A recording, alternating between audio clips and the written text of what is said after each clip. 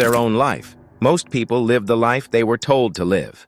By parents, by society, by culture, by religion, by fear.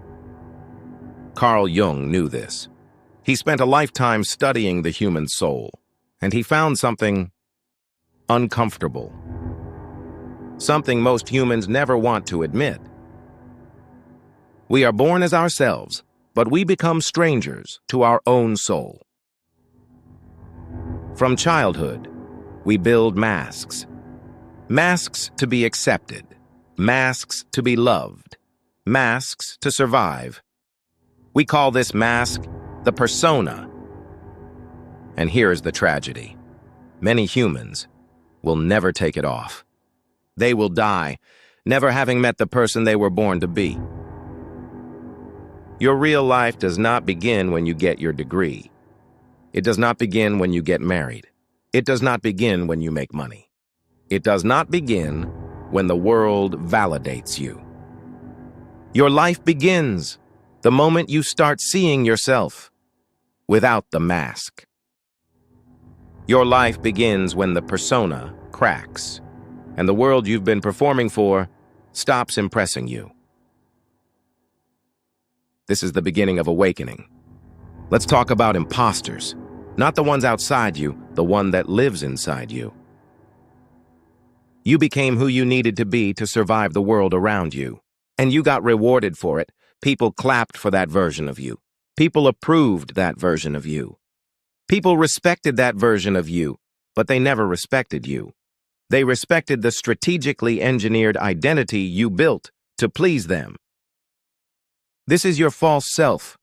This is the mask the world forced on you. You adapted your tone, your personality, your dreams, even your preferences, just to reduce conflict, just to avoid rejection, just to be safe.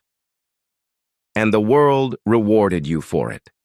But in the process, you abandoned the most important person you will ever meet. Your real self. Carl Jung taught that the biggest betrayal is not the betrayal by others. It is when you betray your own soul in exchange for belonging. Almost every adult alive is living as a version of themselves that was constructed for the comfort of others. This is why the world feels numb. This is why midlife feels empty. This is why achievement feels hollow. You are winning a game your real self never agreed to play. Finding your real life means calling out this lie and deciding that you are done performing. Most people run away from themselves, not because they are weak, but because they are terrified of what they'll find. Jung said, "No tree, it is said, can grow to heaven unless its roots reach down to hell. That hell is your shadow, your jealousy, your selfishness, your rage, your envy, your secret fantasies, your manipulative impulses. The shadow is not the worst version of you. It is the repressed version of you. Most people shove it into the attic of their psyche. They pretend they don't have dark sides. They perform niceness as a costume. What you reject inside yourself becomes what controls you.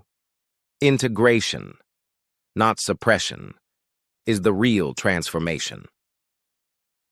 Daniel is successful on paper. He has a good job. He is respected. He is admired. But Daniel is secretly terrified of being disliked. His entire identity is built on the approval of others. He says yes when he wants to say no.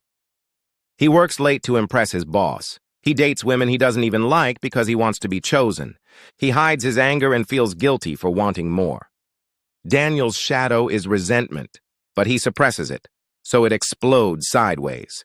He becomes passive-aggressive. He secretly judges everyone. He hates those who set boundaries because deep down he wants that for himself. Daniel's life is not his life. It's a performance. Salma is bold, direct, charismatic. People say she is too intense, too opinionated, too much. Salma's shadow is softness. She is terrified of vulnerability. She performs strength. She uses intelligence as armor. She uses sarcasm as attack. She never allows herself to be held or seen or loved. Her strength is a disguise for her fear of being fragile. Daniel's life begins the day he says no. Salma's life begins the day she cries in front of someone and doesn't apologize. Both integrate their shadows and begin to live a life that is finally theirs. Life begins the moment your shadow stops being your enemy. Jung called it individuation, the journey toward wholeness, not perfection, not escape. Individuation is meeting all parts of yourself and integrating them into a living, breathing unity. Daniel faced criticism, mistakes, and triggers that challenged his old patterns. Salma felt fear and isolation, yet allowed vulnerability to emerge. Every obstacle, every uncomfortable feeling is a mirror pointing to growth. Small questions guide them. What would my authentic self do? What feels true to me? These become their compass toward wholeness. Resistance is inevitable. It comes from the world and from within. Every shadow integrated awakens discomfort. Every act of authenticity triggers fear. Obstacles are not enemies. They are teachers, guides, invitations to deeper self-knowledge.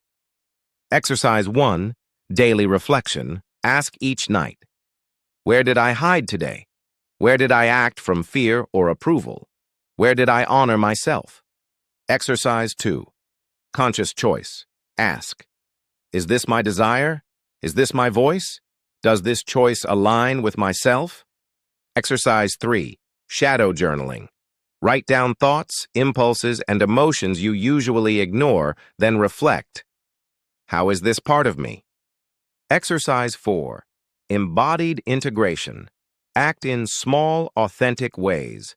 Speak truthfully, allow emotion, set boundaries, show care.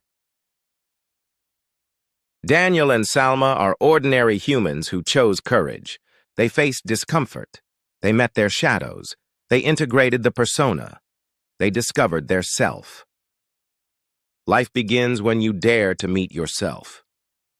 Not the mask, not the borrowed identity, not the persona shaped by fear, culture, or expectation, but the self that waits quietly, patiently, inside.